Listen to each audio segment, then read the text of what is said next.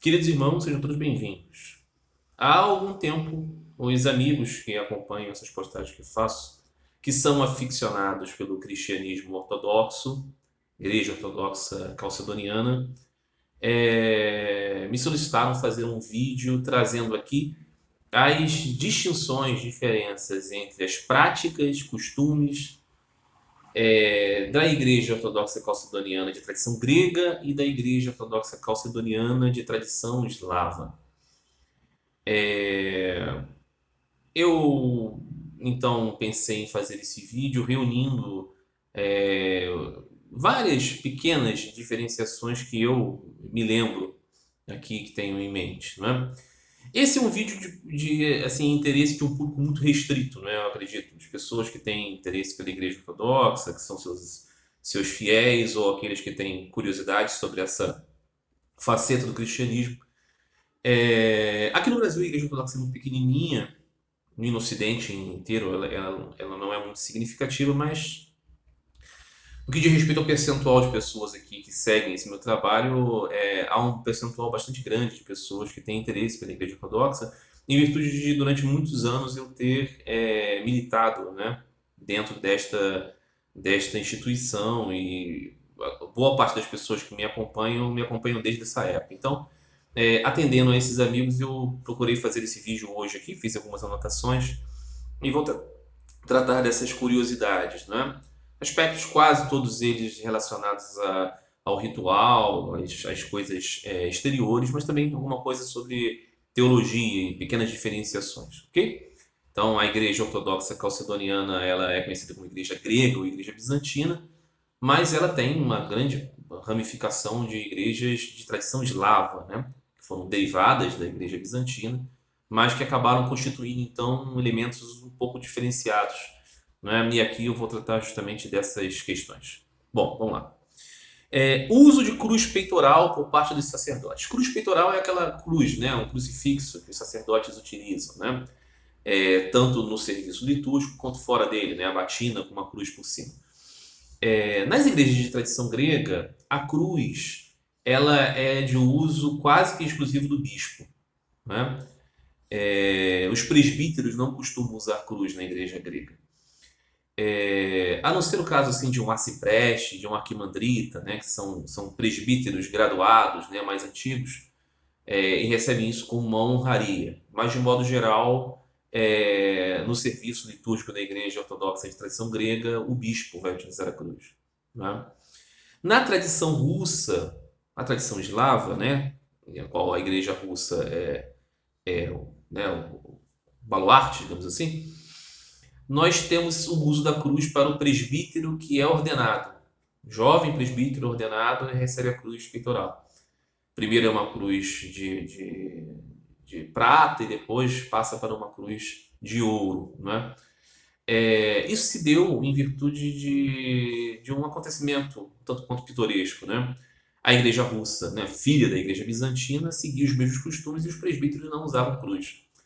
E aí aconteceu que certa vez uma imperatriz russa estava andando por uma cidadezinha russa, né, com a sua comitiva, e ela viu que uma pessoa estava recebendo, né, pedido de bênção.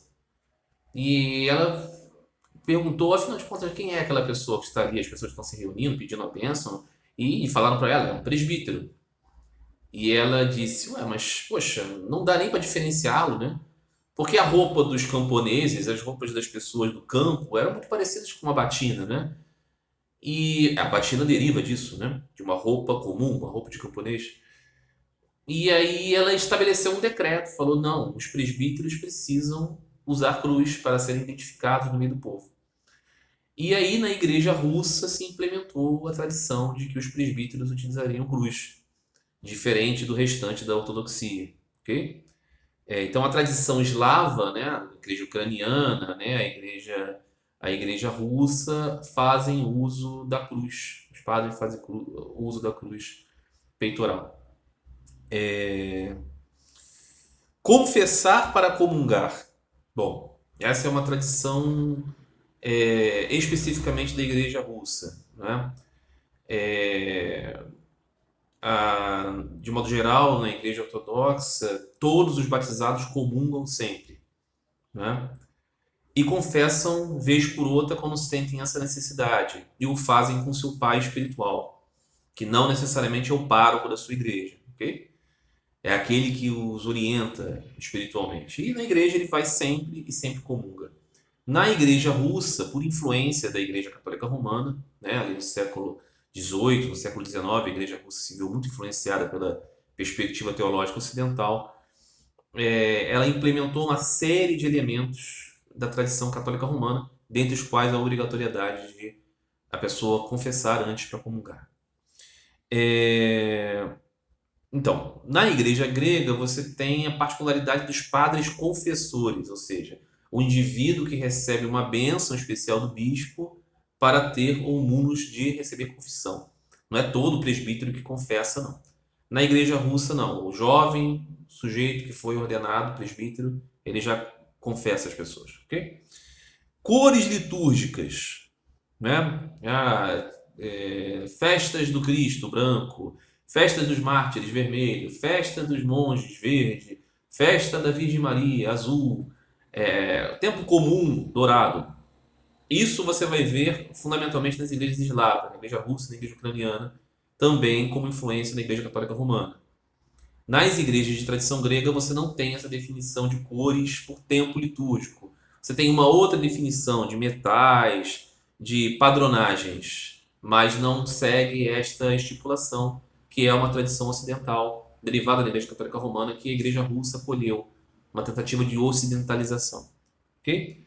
Ornamentos e prêmios de diáconos e presbíteros. Isso é muito interessante. Eu falava aqui, né, que na igreja russa o presbítero recebe a cruz assim que é ordenado, né? É, o diácono na igreja russa, ele recebe o horário, né, que é a sua faixa diaconal, a qual ele segura e pronuncia as litanias, né, ou ladainhas. Na igreja ortodoxa russa, ele recebe um horário pequeno, primeiro. E depois de alguns anos ele recebe um duplo horário, né? E cruza, né, no meio e recebe um horário grande. Na igreja grega, não. Já na ordenação do diácono, ele recebe um duplo horário. Na igreja russa, o diácono, depois de alguns anos, ele pode receber uma cobertura de cabeça, chamada camilávica. Na igreja grega, ele já recebe também na ordenação. Então, na igreja grega, o diácono ordenado já está completinho, lá, com duplo horário e com a cobertura. Na igreja russa, isso são prêmios. Depois de alguns anos, né? Depois de 5 anos, o diácono recebe o duplo horário. Depois de algum tempo, ou por bom serviço, seja lá como for, o bispo presenteia ele com uma cobertura. A mesma coisa é com o presbítero, né? Na igreja russa, o presbítero recebe a cruz, mas a cobertura só depois de algum tempo e se ele for premiado. Na igreja grega, não. O presbítero já ordenado já recebe a sua cobertura. Ok? Formas de tratamento das esposas de diácono e de presbítero. Muito bem.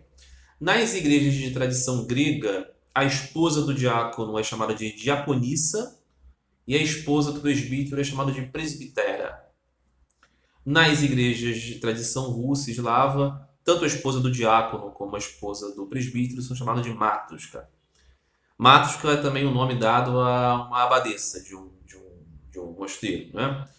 Mas aqui é carinhosamente chamada de matuska, né? Mãe, né? Você tem, por exemplo, né, o uso carinhoso do termo batushka na tradição russa, né? Batushka é uma forma de tratamento que dizer paizinho, né? Que é usada entre os paroquianos e o seu pároco, né? Nunca fora disso, né? Nenhum sujeito assina, né? Bátqua Ioan. Ninguém chama isso, né? Não é assim que se usa, né? É um tratamento muito pessoal ali dos paroquianos com o seu padre, né? Uma forma carinhosa. Então você tem o Bátqua e tem a Matushka, né? É mais ou menos por aí. Mas assim, tanto a Matushka, esposa do diácono na tradição russa, esposa do presbítero na tradição russa, ou a presbitera, ou a diaconissa, elas não são títulos, ok? É uma forma de tratamento carinhosa para a esposa dos clérigos. Mas, assim, elas não têm nenhuma. Não são funções litúrgicas, nada disso, são leigos, né? É,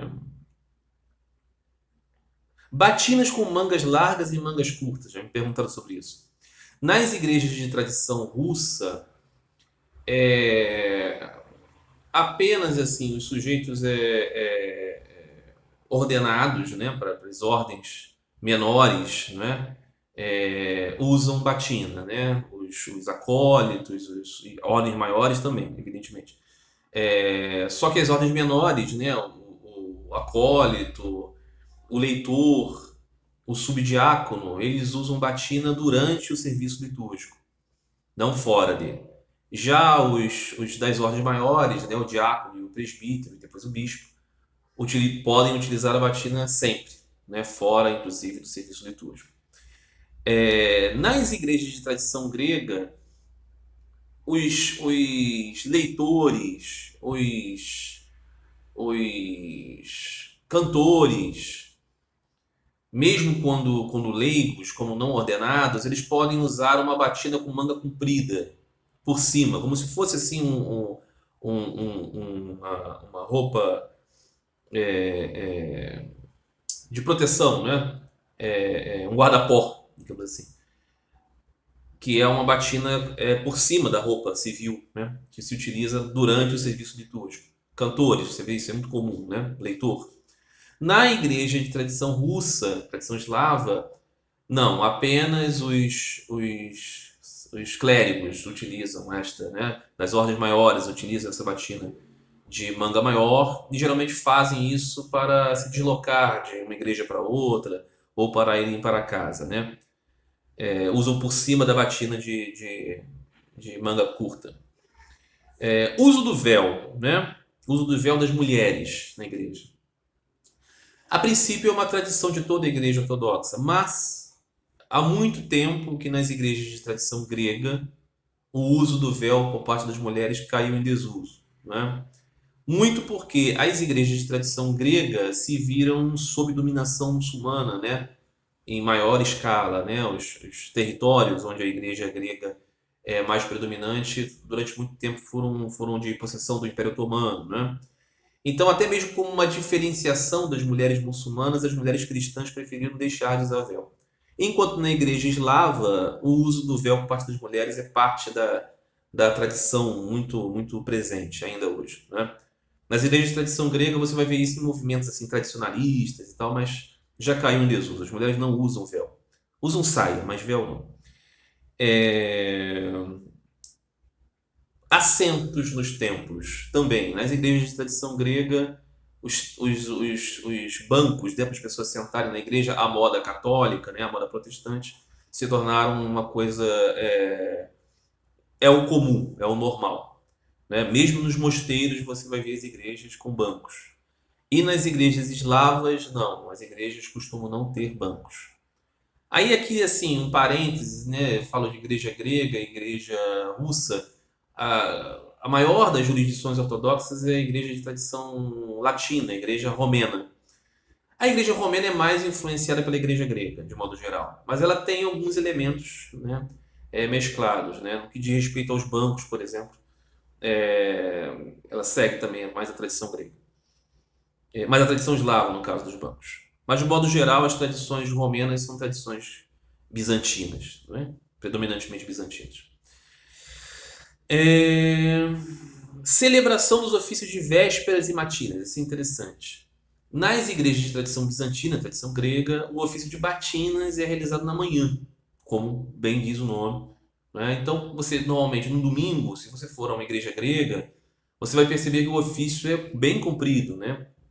Quase 3 horas de ofício. Por quê? Porque junta matinas com divina liturgia. Né? Então, na igreja grega, você tem um dado momento do serviço de matinas, as pessoas vão lá beijar o evangeliário. É a leitura do evangelho de matinas, né? Que é feita do trono, do bispo ou no meio da igreja. Nas igrejas de tradição russa, o serviço de matinas é feito na noite anterior da liturgia. Então, de maneira geral, as pessoas ao domingo, por exemplo, não vão assistir uma liturgia tão grande na igreja russa, porque é só a liturgia, né? Não tem matina junto. Diferença. Isso é uma coisa pequena, né? Bênção de águas com crina de cavalo ou com manjericão. Quando a bênção, né, assim, é uma pia e o presbítero lança, né, um aspersor de água nas pessoas, né, ou em objetos, na igreja de tradição russa esse material é feito com crina de cavalo. E nas igrejas de tradição grega é feito com folhas de manjericão. Segundo a tradição antiga, no túmulo do Senhor Jesus, viram brotar manjericão. E aí ficou uma tradição. Uso do pavio e uso de cortiça para lamparinas, né?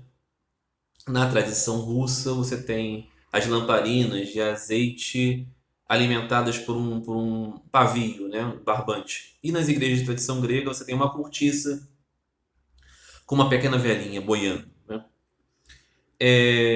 Comemoração de bispo e de patriarca. Nas igrejas de tradição russa, as paróquias comemoram sempre o patriarca e o bispo. Nas igrejas de tradição grega, comemora-se apenas o bispo local, não se comemora o patriarca. Okay? Ou o primeiro bispo, o arcebispo, né? o bispo, né? O primeiro bispo da igreja ortodoxa. Apenas o bispo local ali, daquela cidade é celebrado. Uso de títulos invertidos, né? Para metropolita e arcebispo. Isso é interessante. Nas igrejas de tradição bizantina, arcebispo é mais do que metropolita. Nas igrejas de tradição russa, metropolita é mais que arcebispo. Então, assim, na igreja grega, por exemplo, a igreja de Atenas, o primeiro hierarca da igreja, né, ele é o arcebispo de Atenas. O patriarca de Constantinopla é o arcebispo de Constantinopla, o patriarca ecumênico, né? Já na igreja russa, já na igreja eslava, é o contrário. Arcebispo, depois vem metropolita. Ok?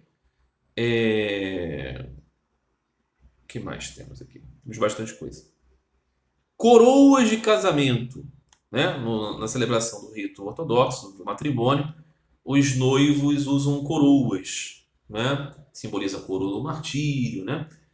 Na igreja de tradição eslava, as coroas são coroas mesmo. Né? Nas igrejas de tradição grega, elas são folhas.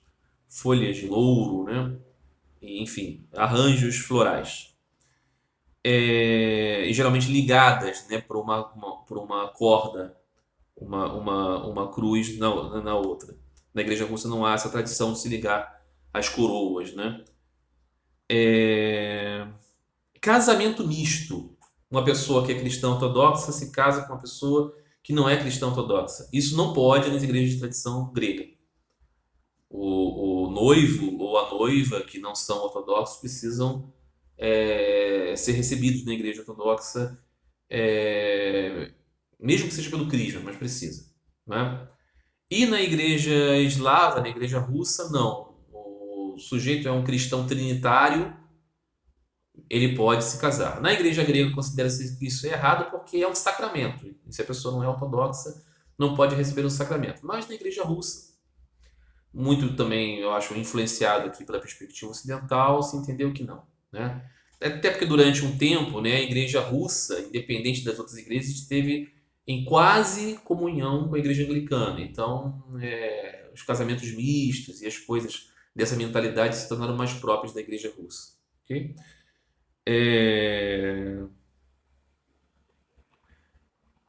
Sim. O véu dos monges, o véu dos bispos, né? Na igreja ortodoxa, a cobertura dos bispos, ela é uma cobertura e um véu, chamado kobluk. E o que acontece? Nas igrejas de tradição grega, é sempre negro esse véu, né? Essa cobertura e o véu. Vocês já devem ter visto isso, né? Quem está familiarizado com as imagens da igreja ortodoxa, né?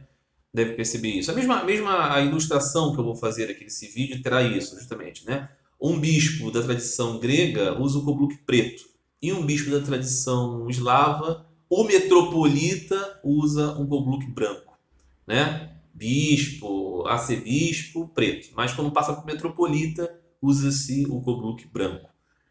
É uma particularidade das igrejas eslavas. Exceção. Na igreja da Romênia, o patriarca usa o paramento todo branco. Né? Ícone do Pentecostes, da festa do Pentecostes. Na igreja russa, né? O ícone do Pentecostes é o ícone da visitação de Abraão e Sara. Três anjos, né? Os três anjos que visitam Abraão e Sara representam a Trindade. E na tradição russa, este é o ícone da festa do Pentecostes, porque é a descida do Espírito Santo e a festa do Espírito Santo, festa da Santíssima Trindade. Já nas igrejas de tradição grega, não. O Pentecostes, né, a celebração do ícone do Pentecostes é uma representação, né, da própria igreja. Né? Então é diferente a simbologia. Nós temos, por exemplo, cúpulas de cebola, uma característica muito comum de se ver, né? A ilustração das igrejas, né? Das igrejas ortodoxas, você pensa visualmente numa igreja ortodoxa, cúpula de cebola. Isso é particularmente tradicional na igreja russa. Não é uma tradição bizantina, né? A qual as igrejas mais tradicionais tendem a remeter o modelo de Hagia Sophia, né? Trono do bispo na igreja, né? Nas igrejas de tradição grega, o trono, né, a cátedra do bispo fica fora do santuário. E geralmente é dali que se lê o evangelho. Nas igrejas de tradição russa, a cátedra do bispo fica dentro do altar, atrás da mesa. E geralmente o evangelho é lido no meio da igreja, por uma bancadinha comum, não no trono, né? Pois não existe esse trono, né? No meio da igreja. Ícones na nave da igreja. Então, assim, nas igrejas de tradição russa, você tem antes do altar um ícone, que geralmente é o ícone patronal da igreja, um ícone da festa. Nas igrejas de tradição grega, esse ícone fica no nártex, no vestíbulo antes da nave. Né? Cântico litúrgico. Cântico litúrgico tradicional grego é feito a uma voz só, não é? E geralmente masculino, tradicionalmente. Na igreja de tradição russa, a polifonia é mais se desenvolveu com uma característica mais evidente e é muito comum que você tenha corais femininos também. Você vai ter isso na igreja grega também, mas digamos é mais próprio, né, da igreja bizantina, uma sonoridade muito típica, né, do cântico bizantino. Na igreja russa também por influência ocidental você teve nuances, mas nenhuma delas você utiliza instrumentos durante a liturgia, ok? Ícone na igreja. O altar, a mesa do altar, né? Geralmente no altar das igrejas de tradição bizantina, tradição grega, você tem duas velas, né? Uma de cada lado, dois castiçais de vela e uma lamparina e a cruz, né? Geralmente é isso que você tem nas mesas. Já nas igrejas de tradição eslava russa, você tem um candelabro, né? De sete velas, né? Que as pessoas vão associar ao Menorá judaico, e essa verdadeiramente é a origem, mas tem uma ressignificação cristã, né? O Menorá é uma referência à sarça ardente, e no caso da tradição cristã, compreende-se que a sarça ardente é uma prefiguração da Virgem Maria. Né? Entenda-se, né? A Virgem Maria é aquela sarça ardente porque está, né, com o Espírito Santo de Deus dentro dela e não se destruiu, né? Não se consumiu por esse fogo. Né? Então, nas igrejas de tradição russa, você tem esse candelabro de sete velas na mesa. Nas igrejas de tradição grega, não. As prósforas, né? O pão eucarístico, o pão que vai ser feito em Eucaristia. Nas igrejas de tradição grega, tradição bizantina, você tem uma grande prósfora, né? E nela é dividida ali todas as partículas, né? Onde você vai retirar também o cordeiro eucarístico. Já nas igrejas de tradição eslava, russa, não. Você tem cinco prósforas e uma delas será separada pela Eucaristia e as outras você vai retirar ali partículas para outras comemorações na comunhão. Nome das pessoas, né? Maria, Cristo, Nas igrejas de tradição grega, são nomes muito comuns de serem vistos entre os leigos, né? Entre os monges e monjas, né? É, se referindo mesmo ao Senhor Jesus e à Virgem Maria. Na tradição eslava, não. Não se pode botar o nome de uma criança de Cristo. E se você coloca o nome de Maria, essa Maria sempre será uma outra santa. Será Maria de Magdala, será Maria do Egito, enfim, outras, né? Mas não a Virgem Maria. Se considera que isso é inadequado na tradição eslava. Bom, eu acho que é isso, né? Eu acho que essas são pequenas diferenças, né? Que uma pessoa, né, que esteja acostumada aí nas igrejas ortodoxas poderá notar, né? Eu acredito que esse vídeo ele fica um pouquinho hermético, né? Para as pessoas que não têm muito contato com essa tradição, mas ele certamente será interessante para os aficionados por esse tema. E como eu disse originalmente aqui nesse meu canal, as pessoas que me seguem, boa parte deles tem alguma relação, não é, com essas tradições cristãs. Então, tá aí. Eu acho que eu não esqueci nada. Fiquei pensando aqui se faltava alguma coisa, mas eu acho que eu fui até bastante específico, com coisinhas. Mas é isso. Tá bom, pessoal? Espero que seja aí do agrado dos meus amigos cristãos ortodoxos e aficionados pelo tema, tradições litúrgicas e costumes. Um grande abraço a todos, no amor de Cristo.